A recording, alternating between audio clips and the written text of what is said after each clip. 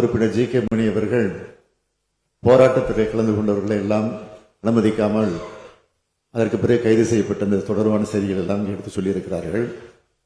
நன்றாக அவருக்கும் தெரியும். போராட வேண்டும் என்று சொன்னால், ஆர்ப்பாட்டம் நடத்த வேண்டும் என்று சொன்னால் முன்கூட்டி அனுமதி வாங்க வேண்டும்.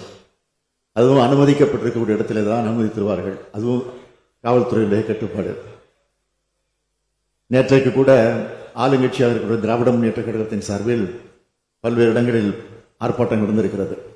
திடீரென்று சில நேரங்கள் ஆர்ப்பாட்டங்கள் அனுமதி இல்லாமல் அவர்கள் நடத்திய காரணத்தால் அவர் மீது வழக்கு போடப்பட்டிருக்கிறது. ஆளுங்கட்சியாக இருந்தாலும் திமுக மீது வழக்கு போடப்பட்டிருக்கும் போதை நம்முடைய ஜி கே மணி அவர்களுக்கு எடுத்துச் சொல்லுங்கள். உறுப்பினர் ஜி கே மணி அவர்கள் போராட்டத்தில் கலந்து கொண்டவர்களை எல்லாம் அனுமதிக்காமல் அதற்கு பிறகு கைது செய்யப்பட்ட அந்த தொடர்பான செய்திகள் எல்லாம் எடுத்து சொல்லியிருக்கிறார்கள்.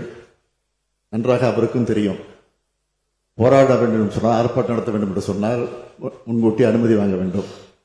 அதுவும் அனுமதிக்கப்பட்டிருக்கக்கூடிய இடத்திலே தான் அனுமதி தருவார்கள். அதுவும் காவல்துறையுடைய கட்டுப்பாடு.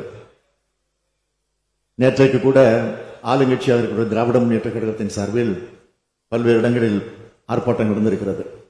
திடீரென்று சில நேரங்கள் ஆர்ப்பாட்டங்கள் அனுமதி இல்லாமல் அவர்கள் நடத்திய காரணத்தால் அவர் மீது வழக்கு போடப்பட்டிருக்கிறது. ஆளுங்கட்சியாக இருந்தாலும் திமுக மீது வழக்கு போடப்பட்டிருக்கும் போதை நம்முடைய ஜி கே மணி அவர்களுக்கு எடுத்துச் சொல்லுங்கள்.